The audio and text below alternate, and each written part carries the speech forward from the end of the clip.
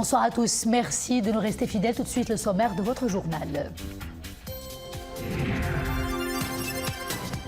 Sa Majesté le roi Mohamed VI a reçu aujourd'hui au Palais Royal à Rabat les nouveaux walis et gouverneurs au niveau de l'administration territoriale.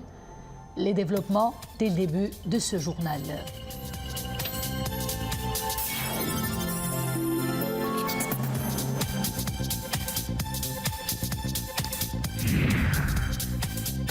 Sa Majesté le roi Mohamed VI a présidé la cérémonie de signature d'une convention de partenariat entre la Fondation Mohamed V pour la solidarité, le ministère de la Santé et de la Protection sociale et la société Médiotechnologie portant sur le déploiement d'un programme d'unité médicale mobile connectée en faveur du monde rural.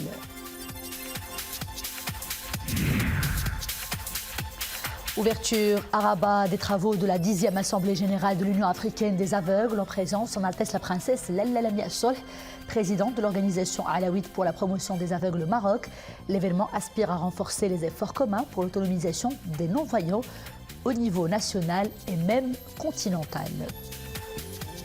Bonsoir, je vous disais en titre, Sa Majesté le roi Mohamed VI a reçu aujourd'hui au Palais Royal à Rabat les nouveaux walis et gouverneurs au niveau de l'administration territoriale. Les développements tout de suite en compagnie d'Iman Ablou. ولاة وعمال صاحب الجلالة الجدد بالإدارة الترابية للمملكة السيد سعيد أمزازي والي جهة سوس ماسة وعامل عمالة أكادير الدوتنان. Il s'agit de M. Saïd Hamzazi, wali de la région de Souss-Massa, gouverneur de la préfecture d'Agadir et d'Aoutanan. السيد محمد مهيدية والي جهة دار البيضاء سطات وعامل عمالة دار البيضاء. M. Mohamed Mhidia, wali de la région de Casablanca-Stat, gouverneur de la préfecture de Casablanca. الله يصلحك ورجع قال لك سيدي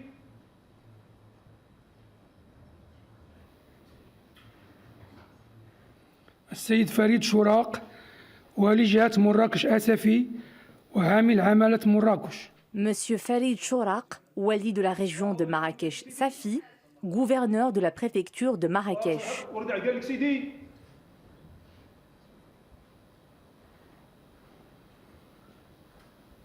السيد يونس التازي والي جهة طنجة تطوان الحسيمة وعامل عمالة طنجة أصيلة. M. Younes Tazi, wali de la région de Tanger-Tétouan-le-Husseima, gouverneur de la préfecture de Tanger-Assela.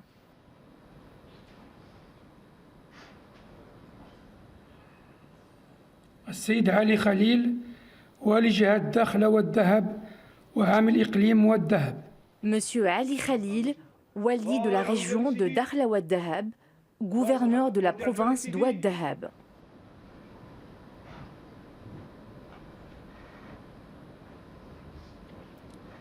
السيد عبد الرزاق المنصوري عامل إقليم تطوان. M. Abdelrazak Mansouri, gouverneur de la province de Tétouan. الله يصلحك ورجع قال لك سيدي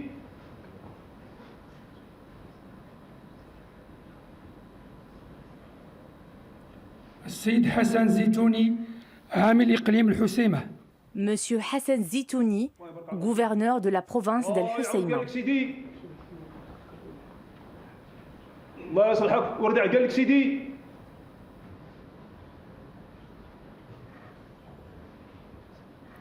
السيد جمال الشعراني عامل إقليم الناظور. M. Jamal Shahrani, gouverneur de la province de Nador.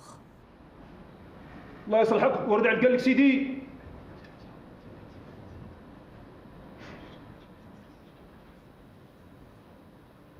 السيد عبد الله جاهيد عامل إقليم ورزازات. M. Abdullah Jahid, gouverneur de la province de Ouarzazate. الله يعاون قال لك سيدي الله يصلحك ورجع قال لك سيدي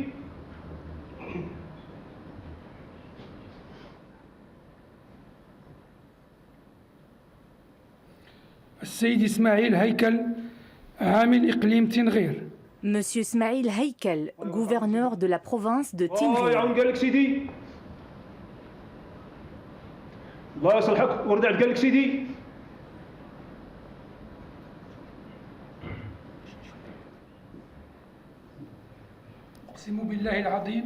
Au cours de cette audience, M. Abdallah Jahid et Ismail Heikel, gouverneurs nouvellement nommés, ont prêté serment devant Sa Majesté le Roi. Cette audience s'est déroulée en présence du ministre de l'Intérieur, M. Abdelwafil Ftit, et du chambellan de Sa Majesté le Roi, Sidi Mohamed Al-Alawi.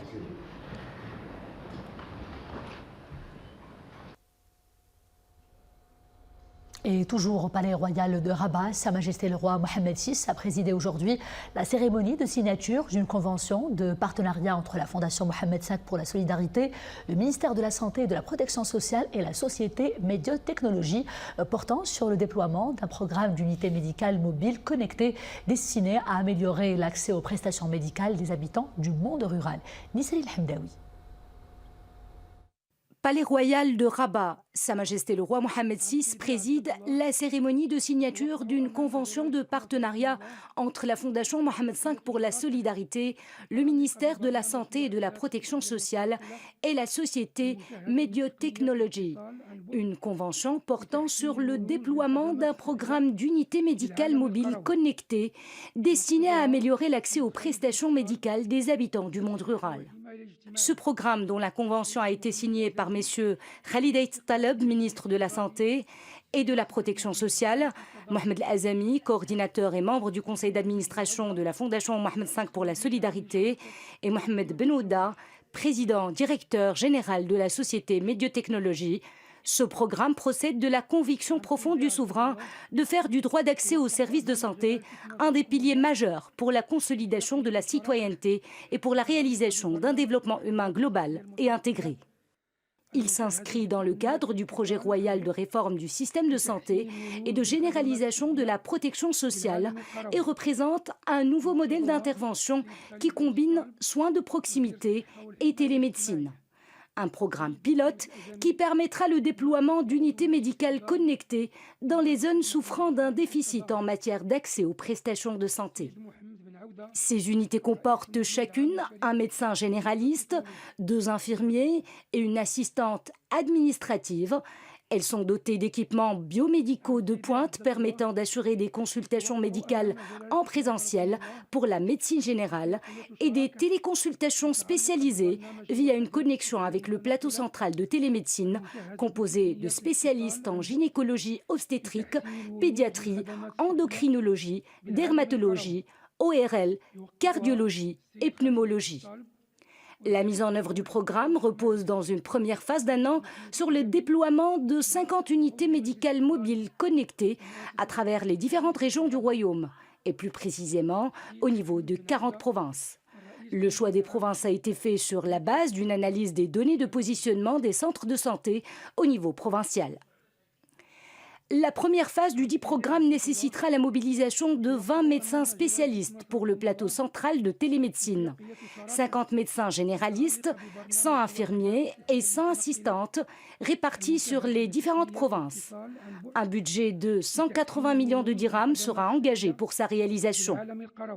Le programme d'unité médicale mobile connectée résulte des efforts du département de la santé pour lutter contre les déserts médicaux et améliorer l'accès aux soins de santé en milieu rural, en mettant à profit l'expérience et le savoir-faire accumulés par la Fondation Mohamed V pour la Solidarité depuis plus de 20 ans en matière d'organisation de caravanes médicales au profit des populations démunies et vivant dans les zones éloignées des structures médicales. Les travaux de la 10e Assemblée générale de l'Union africaine des aveugles se sont ouverts hier à Rabat en présence de son Altesse la princesse Lella Lemia Solh, présidente de l'organisation alawite pour la promotion des aveugles au Maroc, et du conseiller de Sa Majesté le Roi Mohamed VI, Fouad Ali Hima, ainsi que plusieurs personnalités éminentes du monde de la politique et de la diplomatie, des délégués, des observateurs et des représentants d'organisations continentales et même internationales des aveugles. Cette Assemblée générale vise essentiellement à mettre en avant les expériences africaines et internationales distinguées à même de contribuer à la réalisation de l'autonomisation des non-voyants au niveau continental. Abdelmjid El-Hallaoui, Fouad El-Harash, Yassine Mahazi avec Nissal El-Hamdaoui. Si vous avez perdu votre vue, je suis vos yeux à travers lesquels vous voyez. Cette phrase est une citation de feu Sa Majesté le Roi Hassan II. Elle résonne encore comme une promesse d'une attention particulière accordée par le défunt souverain aux personnes non-voyantes. Une haute sollicitude qui s'est traduite par la mise sur pied de l'organisation alawite pour la promotion des aveugles au Maroc en 1967. Une organisation dont la présidence fut accordée à son Altesse la princesse Lalla Lamia Solh. Et aujourd'hui encore, Sa Majesté le roi Mohammed VI marche sur les traces de son père et s'inscrit dans le prolongement de cet engagement en faveur de la consolidation des droits des personnes ayant un handicap visuel. La tenue aujourd'hui au Maroc des travaux de la 10e Assemblée générale de l'Union africaine des aveugles est une reconnaissance des efforts du Royaume pour l'insertion socio-économique de cette catégorie sociale. Cette 10e Assemblée générale de l'Union africaine des aveugles qui prend place au Maroc sous le haut patronage de Sa Majesté le Roi revêt une dimension importante. Nous savons tous que Sa Majesté le Roi s'engage fortement dans le développement de la coopération sud-sud, une coopération basée sur une approche gagnant-gagnant. Le souverain œuvre aussi à permettre à tous les pays africains de vivre sereinement en mettant à contribution leurs propres capacités et ressources, et cela comme prélude à une unité africaine juste dont les racines sont fortes, à même d'unifier l'économie et les visions chez tous les pays africains.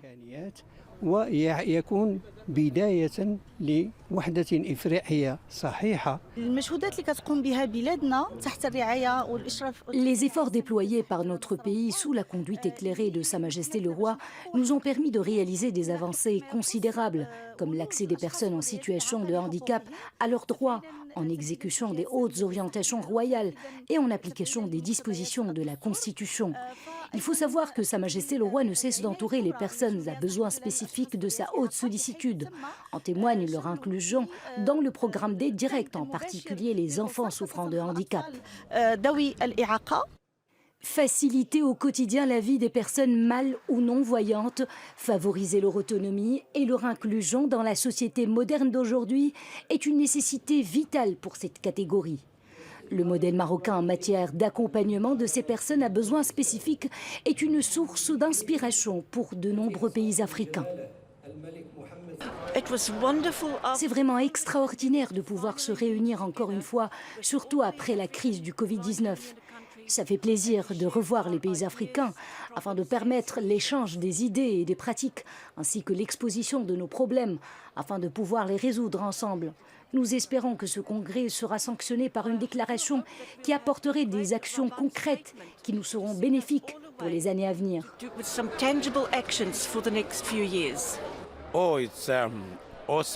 Nous sommes très sensibles à l'accueil chaleureux qui nous a été réservé au Maroc. Et nous sommes reconnaissants à Sa Majesté le Roi pour ses différentes actions entreprises en Afrique. La cérémonie d'ouverture de ces 10e Assemblées générales a été notamment marquée par la déclamation d'un poème par le poète non-voyant Mohamed Haddani. Poème dont les vers sont chargés de louanges envers les efforts déployés par son Altesse la princesse Lalla Lamia Solh en tant que présidente de l'organisation alawite pour la promotion des aveugles au Maroc. Mohamed Haddani a également saisi cette occasion pour offrir à son Altesse un exemplaire de son recueil et une toile réalisée de ses propres mains. Cette importante rencontre, qui se poursuivra jusqu'à lundi, en dit long sur l'engagement du Royaume en faveur d'une coopération sud-sud solidaire et agissante. Un événement qui traduit également la ferme détermination du souverain à approfondir davantage les relations liant le Maroc à son continent d'appartenance, notamment en ce qui concerne la garantie et la consolidation des droits des personnes à besoins spécifiques, en particulier celles ayant un handicap visuel. Dépasser le handicap visuel, justement, c'est possible grâce à des méthodes innovantes. Et parmi ces technologies au service des malvoyants, retenez la méthode de Charadi. Son créateur est l'un des nôtres, un scientifique marocain qui a à son actif une grande et riche expérience internationale en Europe et en Afrique notamment. Brahim Charadi a en fait inventé le Keinoua Rings, un appareil révolutionnaire qui accompagne les personnes à déficience visuelle dans leur quotidien. Mehdi Chtaibi, Nawal Gourari et Mariam Missi. Pour écrire un texto, il enfile d'abord le Kenwa Rings. Vous allez voir ici, il y a 5 fils. Premier fil, deuxième fil, troisième fil, quatrième fil. Une espèce de gant à bague que cette personne malvoyante utilise pour lire, écrire ou même ressentir les couleurs. Faites juste des petits mouvements, tapotez avec les doigts sur la table. Naviguer sans effort dans le monde numérique, voici ce que promet la méthode Sharadi. Derrière ces technologies d'assistance révolutionnaire, c'est lui, Ibrahim Sharadi. Après 34 ans de carrière en ingénierie nucléaire, ce retraité s'est consacré à la création d'équipements pour malvoyants. En un simple retour tactile, l'utilisateur du Kenwa Rings ressent les objets, les images et les distances au bout du doigt. Le tout grâce à des vibrations au contact de l'écran. كان عندنا واحد الهدف هو تربية المكفوفين من الابتدائي إلى الكلية. C'est une méthode qui permet en quelques minutes aux malvoyants de lire et d'écrire en toutes les langues. L'écolier peut également reconnaître tout type de visuels, images, cartes et graphiques et tout support éducatif de manière tout à fait simple et identique aux personnes sans déficience visuelle. باش يمكن لهم يكون عندهم واحد التجربة بحال الإنسان اللي تيشوف. Après une expérience pilote en Grèce puis au Kenya, la méthode Sharadi est en passe de faire son entrée dans les écoles marocaines. الهدف ديالنا إن شاء الله هو نجيبوا هذاك الطفل. Notre objectif est d'installer l'élève malvoyant sur le même banc que son camarade non déficient visuel.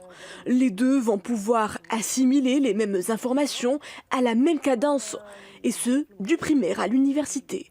Nous aspirons à créer des classes pilotes au Maroc. Un projet en gestation, le programme de classe pilote basé sur la méthode Kenwa s'avère particulièrement bénéfique pour les étudiants déficients visuels marocains qui explorent des éléments de contenu complexes tels que les cartes géographiques et les diagrammes scientifiques. Mondial 2030, les 3 fédérations de la candidature tripartite se sont réunies aujourd'hui au complexe Mohamed VI de football à Salé. Au programme, la signature de la déclaration d'intention entre la Fédération royale marocaine de football et ses homologues portugaises et espagnoles. Une déclaration d'intention qui fait acte de candidature conjointe pour l'organisation justement du Mondial 2030 dans les 3 pays. L'occasion aussi d'évoquer la détermination des 3 pays à organiser un événement inédit, historique et de qualité exceptionnelle. C'est la première fois que la Coupe du Monde de football sera organisée dans 2 continents. Le groupe de travail de la candidature tripartite va se déplacer au siège de la FIFA pour déposer cette déclaration d'intention. Et lors de cette cérémonie, sachez que le président de la Fédération royale marocaine de football, Fawzi El-Qja, a précisé que les travaux du grand stade de Casablanca vont durer 2 ans, et cela à partir de leur démarrage. Et concernant la répartition des matchs de ce mondial, eh bien Fawzi El-Qja a indiqué que la formule finale sera décidée ultérieurement de commun accord bien sûr entre les 3 fédérations des 3 pays. Como que fez com que nós chegássemos aqui neste momento da competição. É esse. Octobre Rose, une campagne annuelle qui permet de sensibiliser le grand public au dépistage précoce du cancer du sein. Le symbole de cet événement est le ruban rose, comme vous savez. Et sur le terrain, plusieurs actions sont entreprises pour mettre en avant l'importance du diagnostic précoce afin de prévenir les complications de cette pathologie et participer aussi à l'effort national visant à diminuer la morbidité qui est due à ces cancers. Et parmi ces actions, comme vous le voyez sur ces images, une course organisée sur la corniche de Casablanca. L'idée est également de sensibiliser quant à l'importance de l'activité physique et de ses bienfaits pour la santé de manière générale.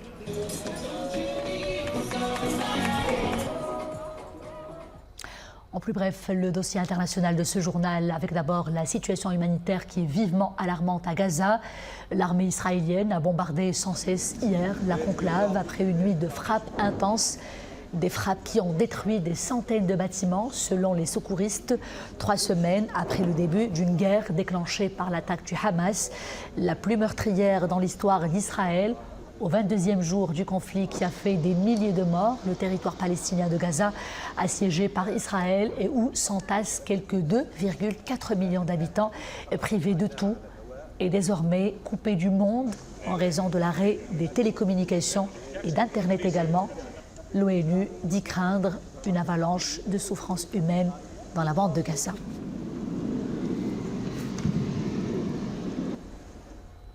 Au Mexique, l'ouragan Otis de force maximale 5 a tué 27 personnes à Acapulco, qui a dévasté la célèbre station balnéaire du sud-ouest du pays.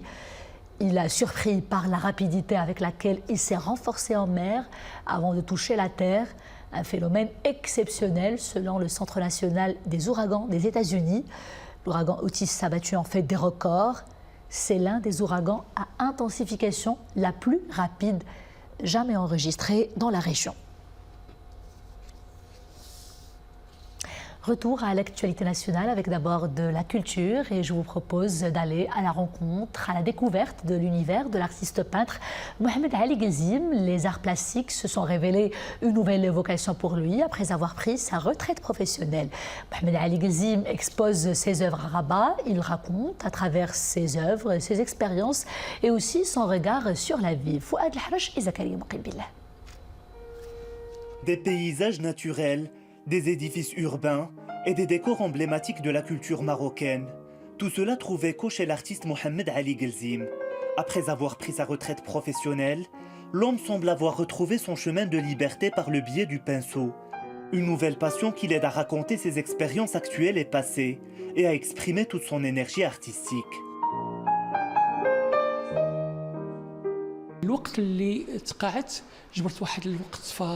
Après la retraite, j'ai ressenti la difficulté d'être sans occupation, parce que ce n'est pas dans mes habitudes de rester oisif. J'ai alors décidé de bouger. J'ai travaillé avec des associations et pratiqué diverses activités, mais j'ai trouvé ma passion dans la peinture.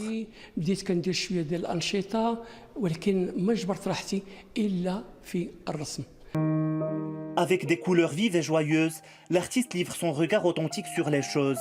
S'intéressant à la fois à la peinture figurative et abstraite, il donne à voir des formes à la finesse des traits, auxquels viennent s'ajouter des adages ou des écrits calligraphiés. Je suis impressionné par la diversité de ses œuvres. Ces tableaux sont d'une beauté particulière qui reflètent beaucoup de choses. Artiste autodidacte, Mohamed Ali Ghazim donne libre cours à sa créativité. Son travail pictural sonne comme une volonté de partager avec les autres ses ressentis. Preuve que la retraite peut aussi être synonyme d'un nouveau départ.